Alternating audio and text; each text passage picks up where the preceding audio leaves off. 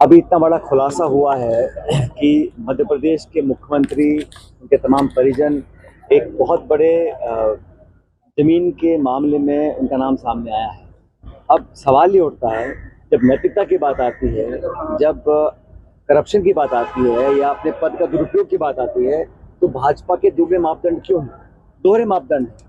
अभी तक कोई स्पष्टीकरण नहीं आया कि जो इतना बड़ा खुलासा किया है, जो अखबार में हमने देखा कल, उससे पूरे देश में चर्चा बन गई है कि जो पदों पर बैठेंगे और जो भाजपा बोलती थी, प्रधानमंत्री बोलते थे, ना खाऊंगा ना खाने दूंगा, अब ठीक उसके उल्टा पद पर आसीन होने के बाद जो आरोप लगे हैं, अगर उसका स्पष्टीकरण आता है तो सुनने को तैयार है।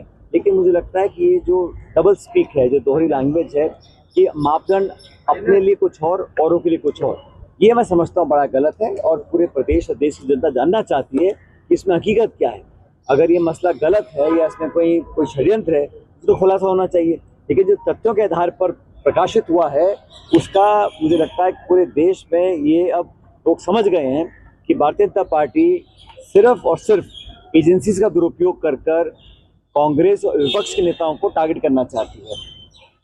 कांग्रेस के कोई नेता हो, या तो दबाव में वो भाजपा ज्वाइन कर ले, या उनके ऊपर फिर सीबीआई, ईडी, इनकम टैक्स पूरे ताबड़तोड़ हमले हो जाते हैं, उनका चरित्र हनन होता है मीडिया के अंदर, और उनके जो पद पे लोग बैठे हैं, और ये पहला प्रकरण नहीं है, ऐसे बहुत प्रकरण हुए हैं, उस पर कोई जवाब नहीं। अभी तक किसी भाजपा के नेता का कोई जवाब नहीं आया, कोई खंडन नहीं आया। तो ये जो है, इस देश में जो हालात पैदा हो गए वो जनता के सामने है, और मुझे लगता है कि ये एक स्वस्थ परंपरा नहीं है।